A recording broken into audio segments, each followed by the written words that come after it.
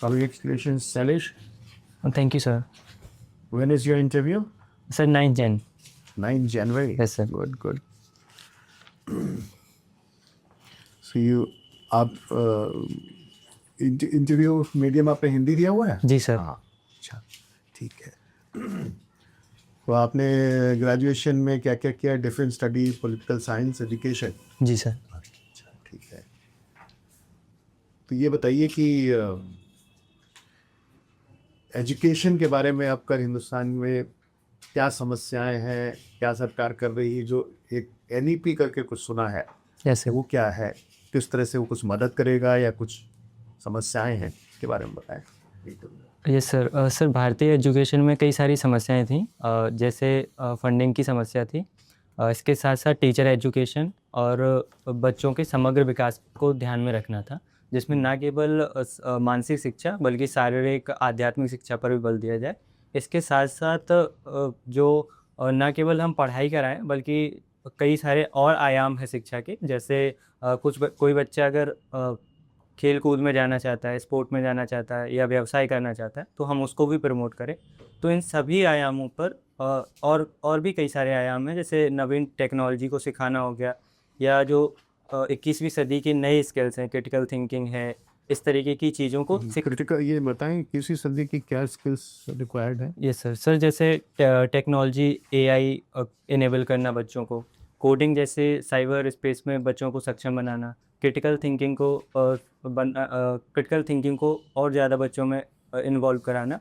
पहले हम जो रोट लर्निंग पर ज़्यादा बल देते थे, तो उस तरीके से निकलने का काम करना था। इसको लेकर राष्ट्रीय शिक्षा नीति 2020 को लाया गया था। इसके साथ साथ कई और सारे प्रयास भी इसी के साथ में किए गए, जैसे PM श्री के माध्यम से जो हमारी प्रारंभिक शिक्षा का आधारभूत संरचना है, उसको और आधुनिक बनाने का प्रयास किया।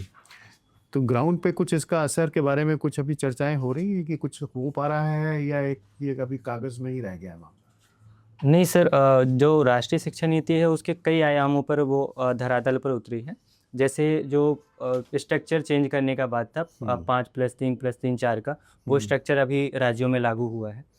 इसके साथ साथ टीचर एजुकेशन को बढ़ाने का प्रयास किया गया है, जिसमें निष्ठा कार्यक्रम जैसे प्रयास किए गए हैं। बच्चों में फाउंडेशन लर्निंग और न्यूमरेसी को बढ़ाने के लिए जो निपुण कार्यक्रम है उसको हमने लागू किया है। तो कई सारे प्रयास हुए हैं। हालांकि कुछ समस्याएं अभी भी रेखांकित की जा सकती हैं, जैसे अभी भी जो पाठ्यक्रम है वो हमारी मातृभाषा में उपलब्ध नहीं है, जो शिक्षण सामग्री है वो भी नहीं है। इसके साथ साथ जो टीचर एजुकेशन है, जो इस नई टेक्नोलॉजी को लेकर, जैसे कोडिंग हम सिखाना चाहते हैं पर हमारे पास वो टीचर नहीं है जो कोडिंग सिखा सके, तो वो एक कुछ समस्याएं हैं। इसके साथ साथ कई सारे राज्य हैं जिनमें अभी पूरी तरीके से लागू नहीं हो पाए, तो वो अभी कुछ समस्याएं हैं जिनको और सुधारा जा सकता है। प्राइमरी और आंगनवाड़ी की स्थिति, उसमें जो कहा गया कि उसको इंटीग्रेट कर देना है, उसमें कुछ समस्याएं हैं या हो पा रहा है आसानी से वो काम? कुछ बस सर, कुछ रेजिस्टेंस है, पर जैसे जैसे आगे हम बढ़ेंगे तो उनको भी सॉर्ट आउट कर लिया जाएगा। ओके। सो ये एक बहुत बड़ी समस्या है जिसका समाधान के विषय में काम हो रहा है। दूसरी क्या समस्या है देश की सबसे बड़ी? सर, सुरक्षा के संबंध में कई सारी समस्याएं हैं, जैसे एजुकेशन के बाद में आपके नज़र में सुरक्षा की समस्या है? Yes sir.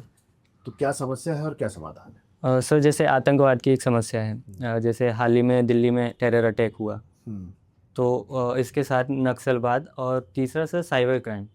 जिस तरीके से डिजिटल अरेस्ट, साइबर ठगी जैसे क्राइम बढ़ रहे हैं, वो एक महत्वपूर्ण चुनौती है। Yes sir. ओके। ओके, कैसे हो शैलेश? ठीक है। बहुत फीलिंग है। आप ये बताइए मुझे, आपकी माता जी एग्रीकल्चर में इन्वॉल्व हैं, तो आपको एग्रीकल्चर का तो पता ही होगा।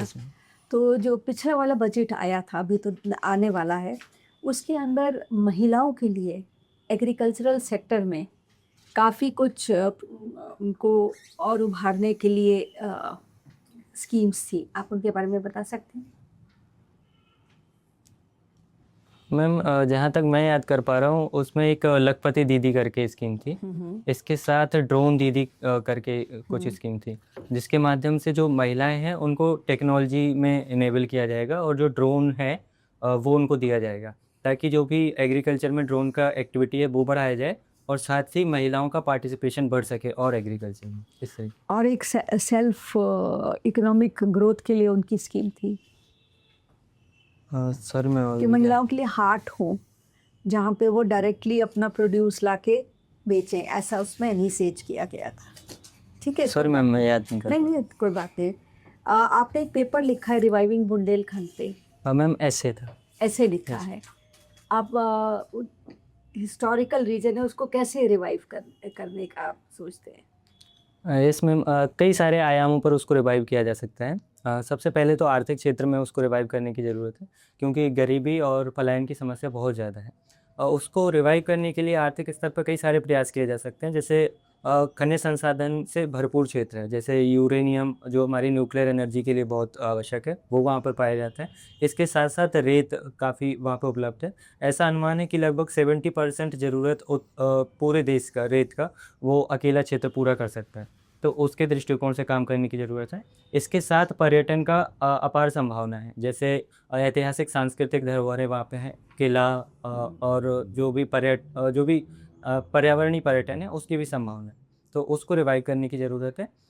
इसके साथ एक जो नवीन आयाम है वो आईटी इंडस्ट्री का है। जैसे बुंदेलखंड झांसी क्षेत्र में एक बीड़ा करके प्रयास किया गया है, तो उसको अगर हम स्टार्ट करते हैं तो वो इंडस्ट्रियल हब बन सकता है। इसके साथ एक जो बहुत बड़ा पोटेंशियल है वो नवीकरणीय ऊर्जा का है, जिसमें सोलर एनर्जी और विंड एनर्जी का पोटेंशियल काफ़ी ज़्यादा है। और हाल ही में जो बुंदेलखंड एक्सप्रेस पे है उसके किनारे किनारे सोलर प्लांट्स लगाए गए हैं, लगभग 3.5 मेगावाट क्षमता का वो प्लांट लगाया गया है। तो इस तरीके से, और इसके साथ साथ ऐतिहासिक सांस्कृतिक जो कार्यक्रम है वहाँ की और उसकी जो संस्कृति है उसको वैश्विक पटल पे, राष्ट्रीय पटल पे लाया जा सकता है। तो उन सभी आयामों पर काम करके उसको रिवाइव किया जा सकता है। एजुकेशन आपका एक सब्जेक्ट था। Yes ma'am.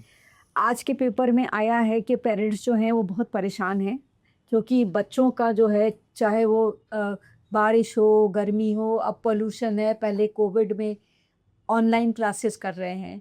जो गरीब बच्चे हैं जिनके यहाँ एक मोबाइल होता है, फादर को वो मोबाइल ले जाना, आज के पेपर में ये सब दिखा है। तो ये समस्या जो है कि और बच्चे जो इनको ज़बरदस्ती बुलाया जा रहा है वो खांसी वगैरह के साथ आ रहे हैं, तो ये जो एजुकेशन डिसरप्ट हो रहा है कोविड टाइम से लगातार, ये आपके हिसाब से आपने एजुकेशन सब्जेक्ट पढ़ा है कि ऐसा क्या हो सकता है कि उनको वातावरण भी सही मिले और उनकी शिक्षा में भी बाधा ना हो? Yes ma'am. मैम पहला प्रयास तो स्कूल अवसंरचना के लेवल पर किया जा सकता है। जो भी स्कूल इस तरीके से बनाए जाएँ कि पॉल्यूशन का या इस तरीके की जो भी चीज़ें हैं वो बच्चों को हार्म ना पहुँचाएँ। दूसरा एक जो प्रयास किया जा सकता है, कुछ ऐसे मौसम होता है या कुछ ऐसा महीना होता है जिस महीने में ये प्रॉब्लम ज़्यादा आती है, तो वहाँ पर हम हाइब्रिड एजुकेशन को बढ़ा सकते हैं कि कुछ बच्चे स्कूल आएँ या फिर ऑनलाइन एजुकेशन हम प्रमोट कर दें। तो इस तरीके के कुछ प्रयास किए जा सकते हैं। ठीक है, धन्यवाद। शैलेश जी, आपका नाम का मतलब क्या हुआ, शैलेश? Yes sir. शायद शाब्दिक अर्थ में ये 2 शब्दों से मिलकर बना है, शैल और ईश। इसका जो संपूर्ण अर्थ होगा वो पर्वतों पर ईश्वर या स्वामी। पर्वतों का स्वामी। यस सर, भगवान शिव के लिए ही शब्द प्रयोग है। और भगवान शिव इसी के ऊपर बैठते हैं? नहीं सर, वो शैल के ईश्वर है, क्योंकि वो हिमालय पर्वत पर निवास करते हैं, इसलिए उनको ये नाम भी दिया जाता है। कैलाश मानसरोवर कहाँ पाया जाता है? ये सर कैलाश जो हमारा हिमालय रीजन है वहाँ पर पाया जाता ये धार्मिक कोई मान्यता है इसकी? है। सर कैलाश मानसरोवर की धार्मिक मान्यता है। वहाँ जाने का रास्ता? Sorry sir? वहाँ जाने का रास्ता क्या हाँ से होता है, जाता है? ये सर जानकारी है आपको? ये सर एक रास्ता तो उत्तराखंड से होकर जाता था, एक जो सिक्किम वाला क्षेत्र है वहाँ से होकर जाता हूँ। आपके यहाँ जो बुंदेलखंड क्षेत्र है सर, उसमें एक फसली है, पूरा का पूरा कृषि से संबंध रखते हैं, जबकि दूसरे क्षेत्रों में 3 फसलें हो जाती हैं। Yes sir. तो जो आपने रिवाइविंग बुंदेलखंड की बात करी, जब एक फसली है, लोगों के लिए मजदूरी तक निकालना मुश्किल हो जाता है। दूसरे क्षेत्रों में 3 फसलें लोग ले रहे हैं, बंगाल में तो 3 फसलें लोग सिर्फ धान की ले लेते हैं। Yes sir. और क्या तो एक तर्रा क्षेत्र है जहाँ पर कि धान हो सकता है, बाकी जगह तो खेती होती भी नहीं है। तो इसको कैसे उभारेंगे? क्या आपको नहीं लगता है कि अलग प्रदेश बना देंगे तो उसका इलाज हो सकता है? Yes sir. सर निश्चित तौर पर जो एग्रीकल्चर की समस्या है वो काफ़ी गहन समस्या है वहाँ पर एक अलग राज्य बनाकर हम उसको रिवाइव नहीं कर सकते, क्योंकि आर्थिक रूप से अगर हम देखें तो संसाधन वहाँ पर उपलब्ध नहीं। अगर हम एक नया राज्य बनाते हैं तो वो रेवेन्यू जनरेट नहीं कर पाएगा, और रेवेन्यू जनरेट नहीं करेगा तो जो भी स्कीम्स होगी या जो भी योजनाएं होगी वो अच्छे तरीके से इम्प्लीमेंट नहीं हो पा रही है, और इसके साथ साथ जो उत्तर प्रदेश का विकास है वो भी कहीं ना कहीं बाधित हो जाएगा। और तीसरा, जो एडमिनिस्ट्रेटिव स्ट्रक्चर बनाने के लिए हमें कहीं ना कहीं बहुत मास लेवल पर फंड की ज़रूरत पड़ेगी, क्योंकि केंद्र सरकार पर एक राजकोषीय दबाव पड़ेगी। हालांकि जैसा एग्रीकल्चर है या कोई अन्य सेक्टर भी है वो बुंदेलखंड में रिवाइव किया जा सकता है, और उसके लेकर प्रयास भी हो रहे हैं। जो एक फसल उगने की समस्या है वो पानी की समस्या के कारण है, क्योंकि पानी उपलब्ध नहीं है, इसके कारण से वहाँ पर फसल उत्पादन नहीं हो पाता है। ऐसा नहीं है कि वहाँ की जो ज़मीन है वो अनुपजाऊ है, तो उस पथरीली है, उपजाऊ अनुपजाऊ तो है ही, बहुत ज़्यादा पथरीली ज़मीन है वो। सर सभी जगहों पे ऐसा नहीं है। जैसे 7 जिले उत्तर प्रदेश में आते हैं बुंदेलखंड के, तो लगभग 3 से 4 जिले ऐसे हैं जो बहुत ज़्यादा फर्टाइल है, जलोढ़ मृदा पाई जाती है। जैसे मेरा जिला है जालौन, तो जलोढ़ मृदा लगभग जैसे ललितपुर या झांसी का क्षेत्र बोले तो वहाँ पे थोड़ा पथरीली से और ज़मीन है, तो वहाँ पे हम एग्रीकल्चर को प्रमोट ना करके माइनिंग और अन्य जो भी एक्टिविटीज़ है जैसे IT इंडस्ट्री हो गया, सर्विस सेक्टर हो गया, उसको प्रमोट कर सकते। सर जो मेरी जो समस्या थी एक फसली का, उसमें जो पानी की समस्या के कारण ये समस्या हो जाती है, तो केन बेतवा रिवर लिंकिंग जैसे प्रोजेक्ट हैं वो लगाए गए हैं, तो वहाँ पर सिंचाई की समस्या आने वाले समय में दूर हो करके। इसके साथ साथ जो पुनर्भरण संरक्षण तकनीकें हैं जल का, उनको इम्प्लीमेंट किया जा रहा है। जैसे सर हाल ही में हमारे ही ज़िले के DM हैं माननीय राजेश पांडे, तो उन्होंने एक बड़ा अच्छा इनिशिएटिव लिया था। कई सारे जो हमारी नदियाँ लुप्त हो गई थी उनको रिवाइव किया गया, और उसी को देखते हुए सरकार ने उनको अभी राष्ट्रीय देव संरक्षण पुरस्कार भी दिए। तो उस तरीके के जो प्रयास है वो अन्य जिलों में भी लागू किए जा सकते। और माता टीला जो स्कीम है उससे कुछ फ़ायदा हुआ आपके क्षेत्र को? जी सर, माता टीला एक डैम है जो झांसी के आसपास के क्षेत्र में है, और वहाँ से जो भी आसपास के क्षेत्र है वहाँ पर एग्रीकल्चर डेवलप है। ओके, शैलेश, एक से बताइए, आपका हिंदी लिटरेचर है और सर। तो हिंदी साहित्य के क्या क्या काल है? Yes sir. सर मोटे तौर पर आदिकाल, फिर उसके बाद मोटे तौर पर 5 काल बांटे जा सकते हैं। पहला आदिकाल आता है, दूसरा सर भक्तिकाल, तीसरा रीतिकाल, और फिर उसके बाद आधुनिक काल। आधुनिक काल को कई सारे और कालखंडों में बांटे। हाँ, तो वही आप मिक्स कर रहे हो, पहले 5 बोला, फिर ये है 4 ही वैसे। यस आधुनिक काल में कहानी खत्म हो जाती है। Yes sir. तो ये बताइए, ये जो आपका हिंदी या देवनागरी ये कब शुरू हुई? ये सर देवनागरी लिपि का जो उद्भव माना जाता है वो लगभग गुप्त काल से माना जाता है। इसी कारण से गुप्त लिपि या कुटिल लिपि भी बोला जाता है। वो हिंदी? सर हिंदी अगर हम खड़ी बोली या आधुनिक हिंदी के संदर्भ में तो वो लगभग 19वीं सदी में व्यवस्थित रूप से मिलती है, परंतु उसके जो प्राचीनतम साक्ष्य या आधारभूत जो भी लक्षण है वो हमें आदिकाल से देखने को मिल जाते हैं, जिसमें अमीर खुसरो की जो मुकरियाँ हैं या पहेलियाँ हैं उनमें वो मिलती है। इसके साथ संत साहित्य है, उसमें भी कुछ कुछ इनपुट्स दिख जाए। आप क्रिकेट खेलते हैं, यस सर। तो किस लेवल में खेलते हैं? सर सिर्फ मनोरंजन के लिए या फिर थोड़ा बहुत खेल। तो कोई स्टेडियम वगैरह भी जाते हैं या वैसे ही? सर मैं ज़्यादातर अपने गांव में ही रहा हूँ, तो जो भी खेत खलियान या मैदान होता था वहाँ पे खेलता था, और ऐसा कोई मौका अभी तक तो नहीं मिला कि किसी स्टेडियम में खेल पाऊँ। तो ये बताइए, एक तो टेस्ट क्रिकेट की शुरुआत कब हुई?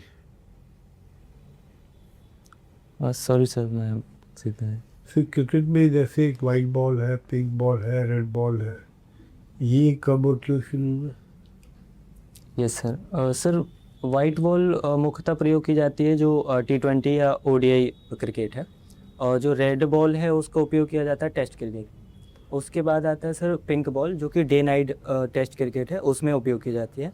पिंक बॉल लाने का जो मुख्य उद्देश्य था वो उसमें साइनिंग अपेक्षाकृत ज़्यादा होती है और बाउंस थोड़ा अपेक्षाकृत ज़्यादा होता है, तो उसमें एक रोमांच लाने के लिए और उसको टेस्ट को और ज़्यादा इंगेजिंग बनाने के लिए उसको लाया गया था। ओके, इसी बताइए, अभी आपको ये अफ़गानिस्तान पाकिस्तान की सिचुएशन मालूम है?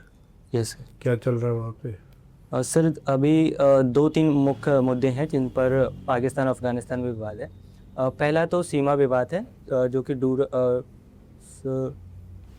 सर लाइन का नाम बोल रहा हूँ, शायद Durand line. Durand line. Yes sir. Sir उस पे दोनों राज्य सहमत नहीं है। अफ़गानिस्तान ये मानने को तैयार नहीं है कि इस सीमा के आधार पर हमारा जो भी राज्यों का विभाजन है वो हो। और पाकिस्तान का क्या स्टैंड है?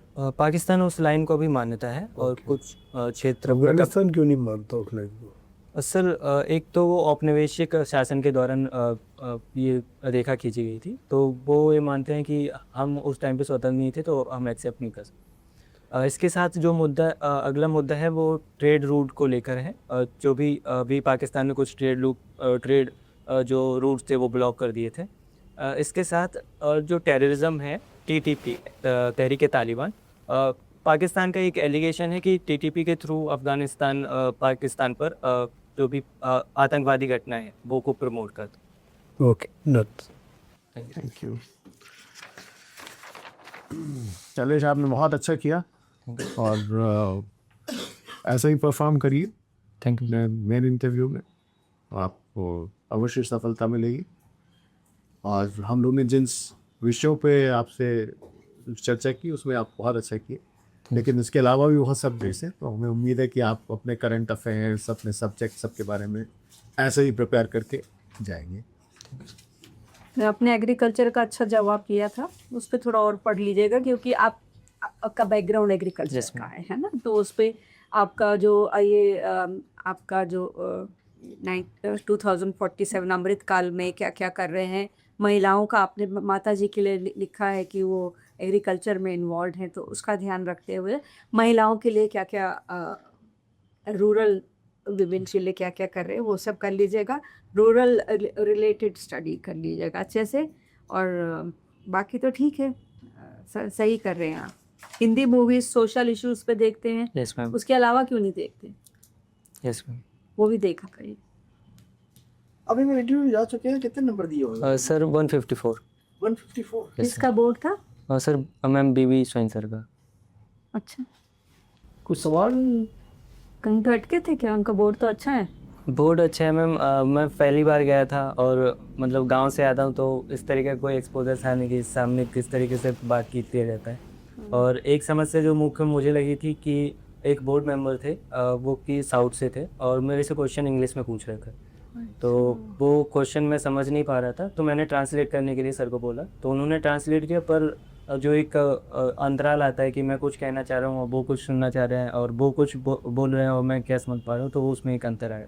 तो उसकी वजह से मैं थोड़ा कॉन्फिडेंस भी डाउन हुआ और फिर उसका इम्पैक्ट थोड़ा आई। तो अब तो हम कॉन्फिडेंट सब अब बहुत बढ़िया करोगे। मैं तो आपको सोचता हूँ कि जिस सहजता से आप बात कर रहे हो, जो पकड़ है आपकी सब्जेक्ट की हर प्रश्न की अच्छी पकड़ है। Thank you sir. लेकिन थोड़ा सा आपके लिए जो टॉपिक्स हैं उसके लिए आप ये कर लीजिएगा कि सूची बना लीजिए। आपके अभी मॉक्स कितने चल रही है अभी तक? सर ये चौथा था। चौथा है। Yes sir. तो आपको मालूम पड़ जाएगा पैटर्न किस तरह सवाल पूछे जा रहे हैं। Yes sir. उनको आप जो है चिन्ह के वो लिख लीजिए, यस सर। है ना। 2-3 टॉपिक्स ले लीजिए, करंट अफेयर्स कर लीजिए, डाफ अलग लिख लीजिए। Yes sir. डाफ रिलेटेड क्वेश्चन होंगे, क्या हो आप खुद भी विजुलाइज कर लीजिए क्या पूछ सकते हैं। Yes sir. जो आप जवाब दे रहे हो उस पर मैं लिख लीजिए। ठीक सर। लिखने के बाद आपके जो थॉट्स हैं वो तुरंत कंसोलिडेट हो जाते हैं, है ना। यस समय की तो जाएंगे, तो कॉन्सेंट्रेटेड होकर के कि जब आप हो जाओगे इस बार आपका अच्छा होगा, बहुत अच्छा होगा। Very confident. थैंक यू और बहुत अच्छा जा रहा। मैं कोई बताने के लिए है नहीं हो, इतना अच्छा जा रहा है, ठीक है ना। मतलब थोड़ा था करंट अफेयर्स आपके पास समय का पर्याप्त है, तो थोड़ा इसी और तैयारी कर लीजिएगा, तो आपका जो बोर्ड में जाओ तो अच्छा जाएगा आपका। ठीक, thank you thank you sir. Tanish, मुझे कोई दिक्कत नहीं, जैसे बाकी मेंबर्स होता है, बिल्कुल ठीक है, बहुत कॉन्फिडेंट है। एक चीज़ बताइए, ये कमीज का कॉलर का बटन बंद होगा? सर बंद तो नहीं हो पा रहा था क्योंकि गला फंस रहा था, पुरानी शर्ट है, तो मैं कोशिश कर रहा था बंद हो जाए, पर कोई बात नहीं। मतलब उस दिन के लिए फिर आप नई शर्ट सर नई शर्ट लूँगा। पर लेंगे तो पहले ट्राई कर लीजिए, कभी लास्ट डे में फिर ऐसी धोखा हो वहाँ पे। सर मैं उस चीज़ को चेक करके ही आप शर्ट लें, क्योंकि ये छोटी छोटी चीज़ें होती है। ये कलावा पहने क्या? नहीं सर, इसको पहनूंगा लेकिन अंदर कर लूँगा उसको। अच्छा, ओके, ठीक है। बाकी कोई दिक्कत नहीं है। और थोड़ा सा एक हल्का रिप्लाई बोर्ड को दीजिए, एक इंडिविजुअल की है हल्का सा, मतलब 70-80% जिसने जो उनकी तरफ, बाकी हल्का सा एक दो बार बीच में जरूर हुई। डेट का ना सर 9 जनवरी। 9 जनवरी, हाँ। तो ज़्यादा समय नहीं है, बिल्कुल इसी को जो नॉलेज है जैसा सर ने बताया कंसोलिडेट कर लीजिए। लेबर पे जो अभी Labour लॉज codes। रिफॉर्म हुए, तो फादर का लेबर इन्होंने लिखा है, तो ये एग्रीकल्चर लेबर। बिल्कुल लेबर है, मनरेगा है, हमें उम्मीद है कि आप इन सब विषयों को इतना अच्छा आपने किया, तो ये सब भी विषय आउटरीच से तैयार करके जाएंगे। Yes sir. हम करेंगे ऐसे ही। All the best. Thank you sir. God bless. Thank you ma'am.